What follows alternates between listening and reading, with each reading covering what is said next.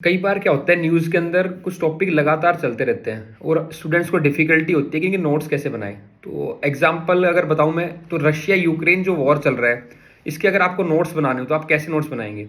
तो देखो, इस पे सबसे जो इम्पोर्टेंट बात है कि जो रशिया यूक्रेन वॉर चल रहा है उसमें इंडिया के ऊपर क्या इम्पैक्ट पड़ेगा उस वॉर का। तो पहले एक आप सब हेडिंग बनाओ, ठीक है, जिसमें आप लिखो impact of Russia Ukraine war on India. तो उसके अंदर फिर और सब हेडिंग फर्दर डिवाइड करो कि किस किस पे, ठीक है।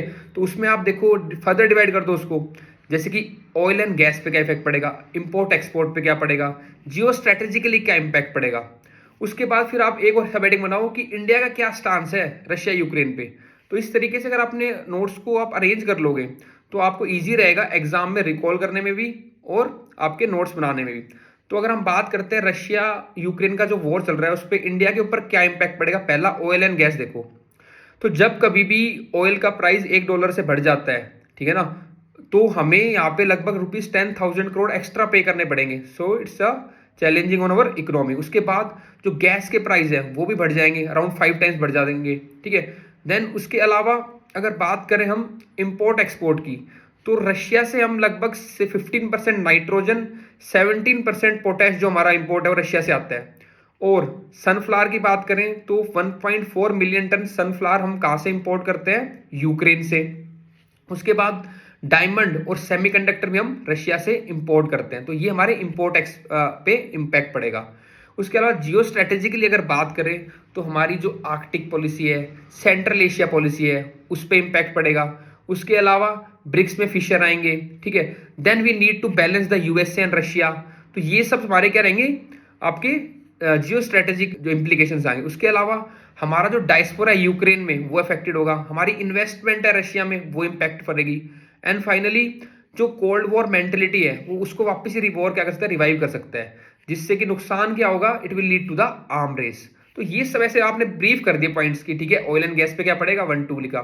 इंपोर्ट एक्सपोर्ट पे क्या पड़ेगा, 1-2-3 पॉइंट्स। जियो स्ट्रेटेजी क्या करेगा, 1-2-3-4। ऐसे आपको अपने नोट्स बनाने हैं, ठीक है ना। अब बात करते हैं इंडिया का क्या स्टैंड है। तो इंडिया कहते हैं कि like we should focus on the peace, diplomacy and dialogue. ऐसे वर्ड्स आने चाहिए कि पीस, डिप्लोमेसी और डायलॉग के थ्रू रिजोल्व करो। और जो सॉल्यूशन आना चाहिए that should be the UN led. And even our prime minister he quoted कि भाई this is the not the era of war. अगर आपको फाइट ही करना है, लड़ाई करना है, तो you need to fight the poverty, you need to fight the terrorism, you need to fight the climate change. तो इन पे फाइट करो, जो सोशो इकोनॉमिक इश्यूज है उन पे फाइट करो ना। वॉर का तो टाइम ही नहीं है, this is not an era of war. तो ये आप कोट कर सकते हो। और लास्ट में अगर आपको लॉन्ग टर्म सोल्यूशन देना है तो जो एक्चुअली होता है, जब भी किसी वर्ल्ड में किसी पार्ट में कोई डिस्टर्बेंस आती है, जैसे मान लो ईरान में दिक्कत आई तो हमारे ऑयल में ऑयल इंपोर्ट्स हैम्पर होंगे, चाइना में दिक्कत आई तो हमारी सेमीकंडक्टर नीड हैम्पर होंगी। तो इस तरीके से हमें किस पे फोकस करना चाहिए, Atmanirbhar Bharat, so that we can shield India from the potential vulnerabilities. तो हमें किस पे फोकस करना है, आत्मनिर्भर भारत पे। तो ये हम लास्ट में लॉन्ग टर्म सॉल्यूशन दे सकते हैं। तो इस तरीके से आपके डिफरेंट टॉपिक्स से अगर नोट्स होंगे तो आपके नोट्स भी इजीली रिवाइज हो जाएंगे, आपके दिमाग में स्ट्रक्चर बना रहेगा और आप एग्जाम में इजीली लिख पाओगे। All the best.